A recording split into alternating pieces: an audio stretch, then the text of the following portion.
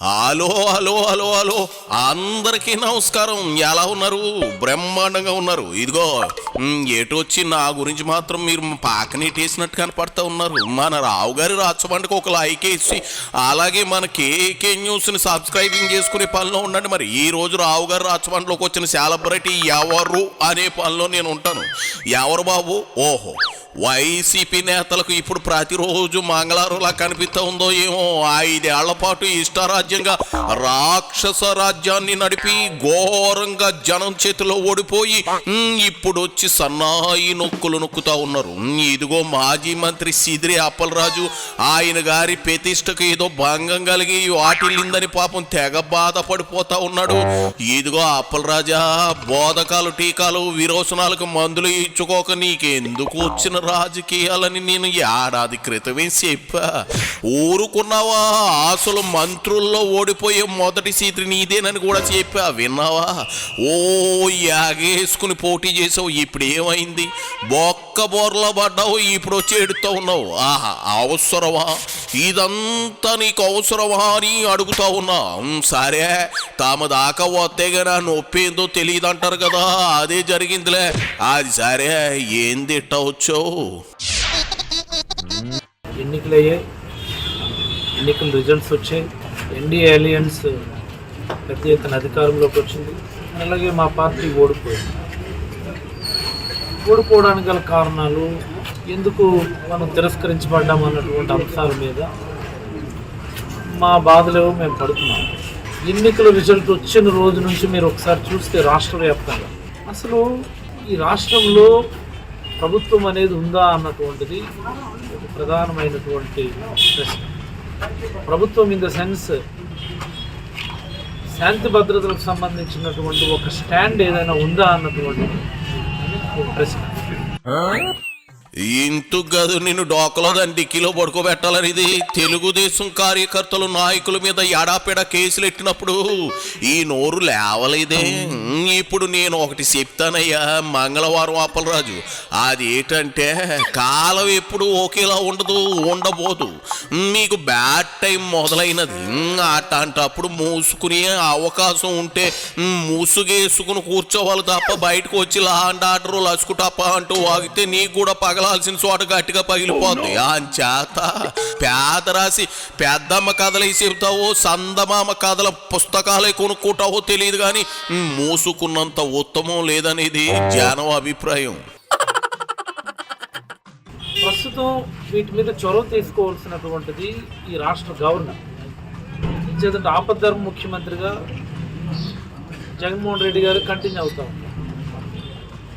శాంతి భద్రతల అంశం మీద దృష్టి పెట్టాల్సింది ఈ సమయంలో గౌరవనీయులు రాష్ట్ర గవర్నర్ గారు. ఇది ఎప్పటి వరకు అంటే చంద్రబాబు నాయుడు గారు ఓటు తీసుకున్నారు. అంటే ఎంత అధ్వానంగా ఉంది అంటే, ఈ రకమైనటువంటి పరిస్థితులు మేము గవర్నమెంట్ రన్ చేసాం. జగన్మోహన్ రెడ్డి గారు ముఖ్యమంత్రిగా 5 ఏళ్ళ కాలం ఉన్నారు. నేను ఇక్కడ ఎమ్మెల్యేగా ఉన్నాను, లేకపోతే మంత్రిగా ఉన్నాను. ఏ ఒక్క రోజైనా సరే రాజకీయ కక్షల మీద దాడులు చేసుకోవడం అనేది ఒక్కటంటే ఒక్క సంఘటన. వ్యక్తిగతమైనటువంటి గొడవల్ని రాజకీయ రంగు పులిమి రాజకీయం చేశారే తప్ప ఇక్కడ ఏ రోజు కూడా రాజకీయ కక్షతోనూ మేము గెలిచాము అన్నటువంటి విర్రవీగో, మేము అధికారంలోకి వస్తున్నాము అన్నటువంటి అధికార మతంతో దాడులు చేస్తాము, చంపేస్తాము, మీ సంగతి చూస్తాము అన్నటువంటి మాటలు మీరు ఎక్కడ కూడా వినరు రాష్ట్ర వ్యాప్తంగా. Not only here. ఓరి నీ పోసుగాల సిదిరి అప్పలరాజా, అసలు రెచ్చగొట్టడం అనే పదం పుట్టిందే వైసీపీ నుంచి కదా. నీతో పాటు మీ మంత్రులంతా ఎంత రెచ్చిపోయారో మర్చిపోయావా? అంబటి, రోజా, కొడాలి, పేర్ని, అనిల్, అమర్నాథ్లు ఏమేమి వాగారో. సాక్షాత్తు అప్పటి సీఎంగా ఉన్న జగన్ రెడ్డి ఎలా పేట్రేగిపోయాడో అవన్నీ వీడియో సాక్ష్యాలు పెట్టమంటావా? అది నోరా కొప్పుతొట్ట?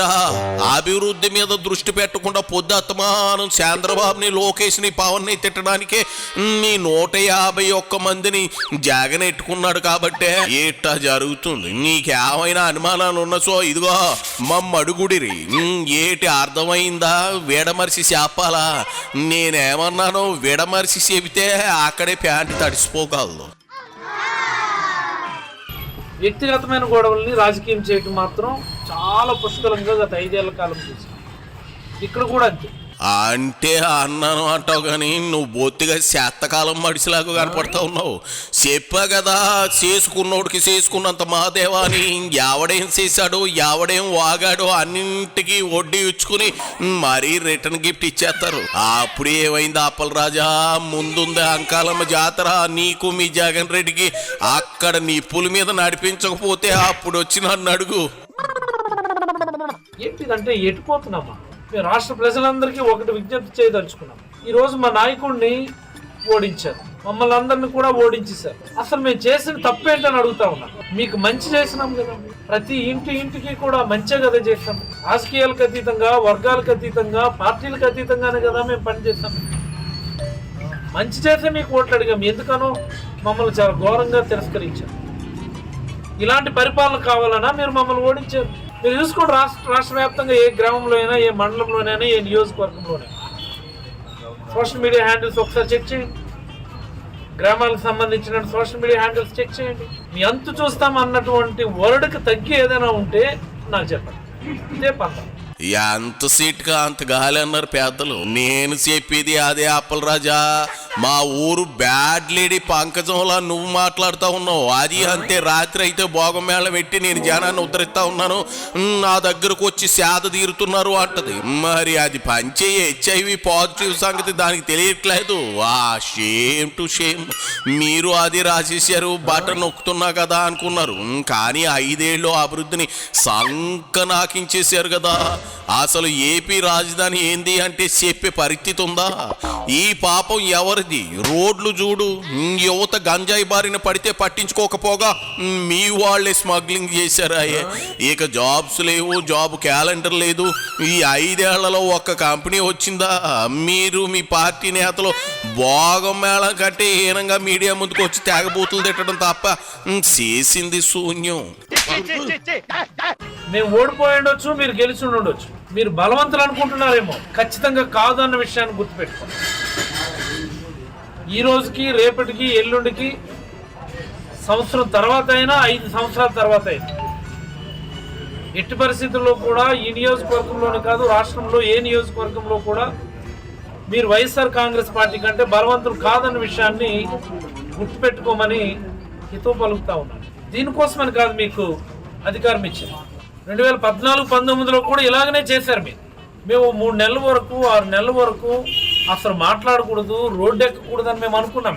ప్రభుత్వం ఫామ్ అవని, చక్కగా పరిపాలన చేయని, అభివృద్ధి మీద దృష్టి పెట్టని, స్థానిక సమస్యల మీద దృష్టి పెట్టని, ముందు ప్రజలందరూ కూడా కుదురుకొని అని మేము అనుకుంటున్నాం. మేము యాక్చువల్గా కానీ మమ్మల్ని రోడ్డు ఎక్కేలాగా చేస్తున్నారు మీరు. ఇదిగో మీరు రోడ్లు ఎక్కినా కాదు కూడదని ఇల్లు ఎక్కిన నాట్యం ఆడినా ప్రయోజనం లేకపోగా 4 లాఠీ దెబ్బలు మీకే తగులుతాయి. అంచేత నేను ముందు చెప్పినట్లే మీరంతా మూసుకుని ముసుగేసుకుని సారో పులుసో తాగి బొజ్జోండి. కాదు కూడదు అని రోడ్డు ఎక్కితే అదిగో అప్పలరాజు రాసెట్టేసుకో, నీకు చెప్పకూడదు తాపదు. ఎటు మంత్రిగా ఉండగా నువ్వేం ఘనకార్యాలు చేసినావో 4 రోజులు పోతే బయటకు వచ్చేస్తుందిలే. కానీ అప్పటి వరకు ఓటీటీలో మంచి రొమాంటిక్ సినిమాలు చూసి ఎంజాయ్ చేసేయి. అదే ఉత్తమం. లేదంటే ఉత్తముండలుగా ముందే జైలోచనలు లెక్కించాలి. నువ్వు మీడియా ముందుకు వచ్చి కార్యకర్తలకు ధైర్యం చెప్పినట్లు లేదు, ఏదో సంతాప సభకు వచ్చి మాట్లాడుతున్నట్లు ఉంది. ఏడిసినంత వరకు సాలే గాని ఇదిగో బయలుదేరు, వెళ్ళి దెబ్బలు కట్లు కట్టుకో. పో అప్పలరాజు పో.